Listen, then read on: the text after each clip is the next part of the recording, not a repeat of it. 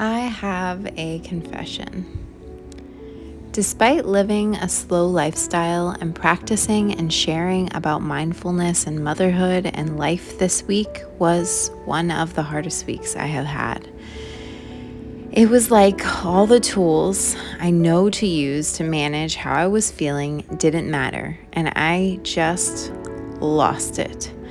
I have talked about this before on my channel, but not very much as of recently, and that is that I have bipolar disorder, or at least it was diagnosed a few years ago. I was struggling really bad with depression and anxiety for years before the diagnosis, but finally receiving that diagnosis really gave me some closure and validation as to why I struggle the way I do with my mental health. I'd be lying if I said I wasn't worried about how it would impact me in motherhood. Some days and weeks are harder than others, and no matter how much I remind myself in the hard times that this is only temporary, a lot of the time my mind views it as permanent. Raising kids has been the hardest thing I've ever done and probably will ever do, and I'm only just a little over 2 years in. I am not here to beat around the bush. It's challenging, frustrating, overwhelming, and impossible at times. There will be periods of time where you feel like you can't catch your breath and all you need is a break, but you just can't have one. At least I'm speaking from experience. But then it begins to slow down. The kids take a nap, and you get 2 whole hours to yourself in silence. And you just break down in tears. You spend it however you want, exercising, cleaning up morning dishes, nourishing your body, journaling, meditating, or maybe just doing nothing. Then you are reminded yet again of just how grateful you are for this life, your children, your partner, and these little moments to yourself are all the more special. I will never claim to be perfect or act like I know it all, because that is an impossible thing to achieve.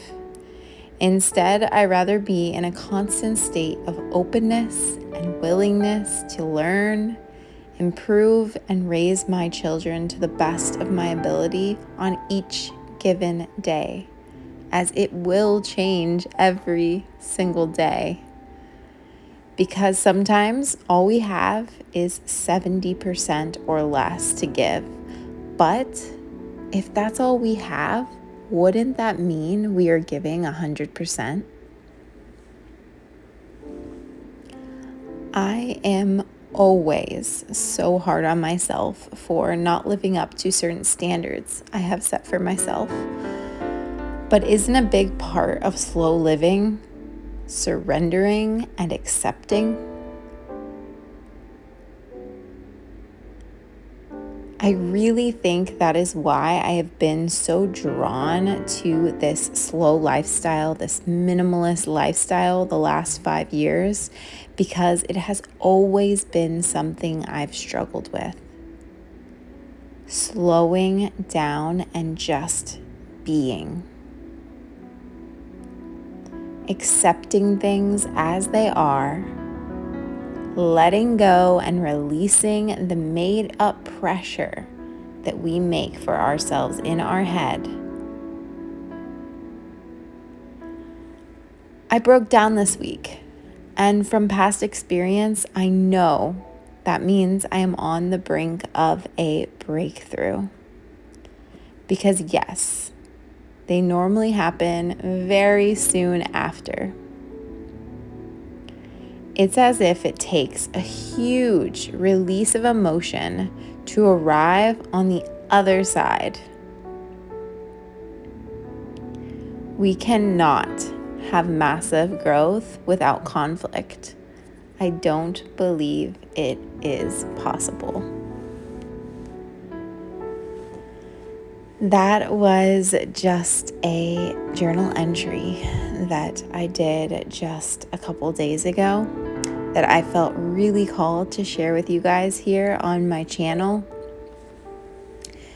I have been turning to journaling as often as I possibly can. I try to do it in the mornings before the girls wake up, as I've been waking up super early, like 5 a.m.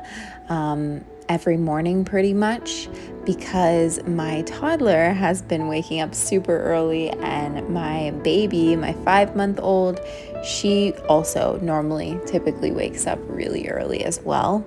So if I wake up at 5 a.m., I'm normally pretty safe. I at least have a half hour normally to myself, just to kind of have that little bit of time before I'm on full mom mode. And journaling has been really helpful. I have done journaling over the years, off and on. And it's always been a beautiful way to vent, kind of clear my head, put down, all my thoughts onto paper. And I don't actually have any of my old journals anymore. I decided to just dispose of them because I really feel that they're most beneficial, for me at least, just in the moment. Again, I just use it as a way of clearing my head. I don't really find that I like to look back on my journals, because for me at least, it brings up a lot of emotions and almost puts me in this place of comparison of how I was or where I was compared to where I am now. But overall, journaling has been really helpful, and I've tried lots of different things. There's so many different ways that you can journal, but a lot of people like to call it the morning dump, and it's just first thing in the morning or as soon as you can, just putting pen to paper, everything that comes out of your mind, just continuously writing. It doesn't matter what you write. I definitely recommend giving it a try. I here was just doing some journaling alongside my toddler as she was drawing and coloring, and she was having a lot of fun with that. She just recently started using markers, and they're washable, so so far so good. They've been coming out of the table at least. And I wanted to share this overall with you guys as a way of just being real and raw and open with you all, because these videos are typically such a highlight reel. No matter how much you try to edit and cater it to a large audience to be relatable, no matter what, it's going to end up being a highlight reel, because you don't have a camera on you 24 hours a day. At least I don't, and most people don't. Instead, we choose to capture moments that we want to share. We choose when we turn on our cameras. We choose what to edit out and to edit in. And so, yes, it is very much a highlight reel of the beautiful moments that we want to put online for people to see. I did include a little clip of me crying, which I don't normally get because I don't turn my camera on typically when I'm crying, but I was doing yoga and the emotions just built up and it kind of came out of nowhere, and I just started crying. And that was on one of the very hard days this week that I was having. As a mom, as a human being, we have lots of hard days, as you know. And I think what has been really, really helping me is just sticking to my core healthy habits that I have created for myself, which have been really sticking to nourishing my body and eating healthy.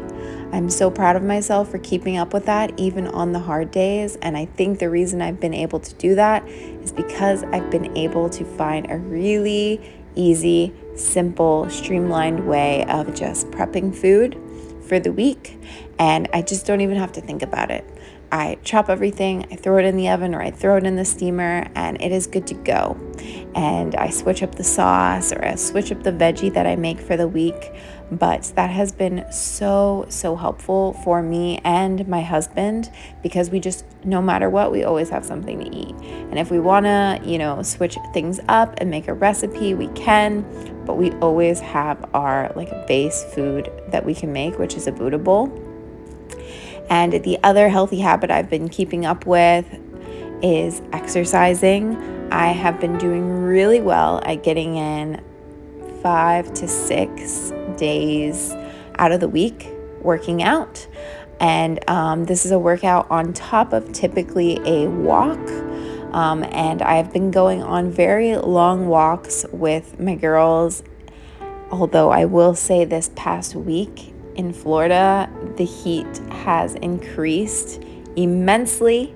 And so the walks have become shorter, and some days it is just honestly too hot for me to walk with a baby strapped to my chest, pushing a stroller. I've really been trying to embrace it, but it has been hot. So I'm trying to get creative with different ways that I can still stay active and still stay moving with the girls, like doing different dance parties inside or doing different workouts with the carrier on. And yeah, you just have to get creative. Mindfulness has been something that I have always tried to apply in my life whenever I can. I just started reading How to Relax by Thich Nhat Hanh. I'm probably saying his name wrong, so my apologies, but I'll put it up here on the screen. And it has been a beautiful, really simple, easy read with so many practical tips that you can apply in your day to add more mindfulness. So I highly recommend checking that out. And I'm going to end this vlog here off with another little rearranging party because that has become a weekly, if not multiple day kind of thing. It's not normally big pieces that I'm moving around, as we don't really have many big pieces to move around anymore, as I've minimized so much. But I really have been wanting to either get rid of this shelf or do something different with the shelf, because I don't like how cluttered it looks in the living room. I decided to do the Montessori route for my daughter, so having that open concept so she can easily see her toys and grab them.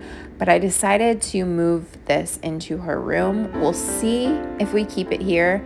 So far, one day in, I think it's cute in her room. I think it's cute and I think it's pretty practical, but I don't know if it's necessary to have this big of a shelf in her room. We'll see how it goes. I'm going to kind of sit with it for a few days and see how I feel. If not, I was thinking about maybe just like getting a large basket and rotating and only keeping a few of her toys in it rather than having this big shelf. But we do have this shelf, and obviously as she grows older, things are going to change. So we shall see. But I love the extra space in the living room. I am all about clear, open spaces more than I ever have been in my life. Like, I gain so much more value from having extra space to be able to run around and dance and exercise and do all the things with the girls in more space, like not having to worry about furniture. And so I did take her bookshelf out because I felt like it was feeling a little cluttered, and I moved it out to the living room just to kind of cover up the plug. And we've been spending our days reading endless amounts of books in the living room while I'm nursing my baby. And so I feel like it makes a lot of sense to bring the bookshelf out here. But again, we'll see. I'm constantly just rearranging.